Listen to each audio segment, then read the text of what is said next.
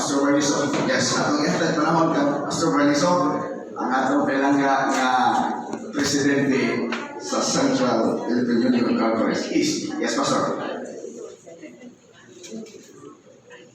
Thank you, Pastor Edgar. May buntag sa tanan. May buntag. Lisensya. We have started in this hall before we go to our different office. Our instructions is very simple. Be happy. Word to God with joy. That is our instruction.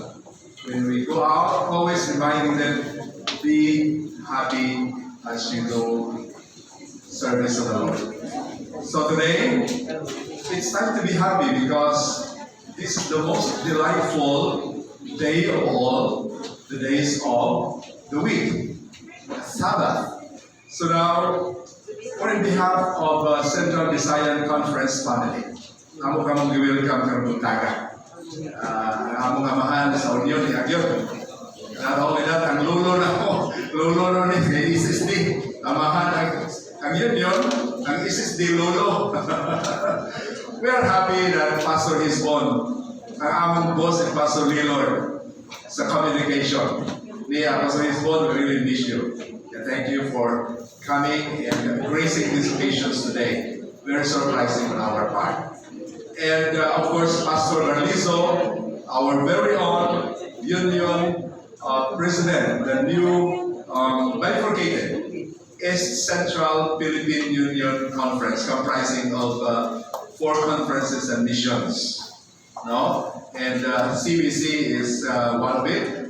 CBC is being considered as one of the prominent mission in CBUC then, and now we are bifurcated into 2 unions. So we praise the Lord for that. And we are happy also that our coordinators from ECPUC, the ESI and ANPRO, our communication director is here, Pastor John Bayer. Pastor, would you please take your stand? This is our coordinator, the ESI and ANPRO, ESI, yeah. Okay, ECPUC. And of course, Pastor Edgar, our communication, ASI, ANPRO coordinator. Pastor, pwede ka katito? All right. Pastor Edgar was once the church pastor of Capital Seventh-day Adventist Church. And now, Pastor Edgar is part of the CBC administration.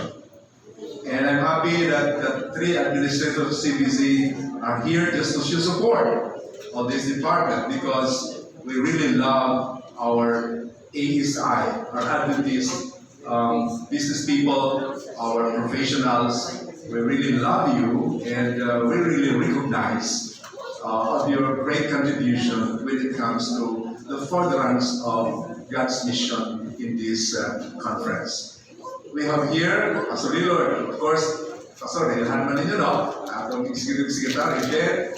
He was once our communication ASI and ANPRO. And also, our beloved treasurer, si attorney lang siya. Pero you have to be very careful kasi makontent ka. This is Justice Francisco. Sir Justice, would you please take your stand, Sir Justice? Sir Justice, this is the only justice.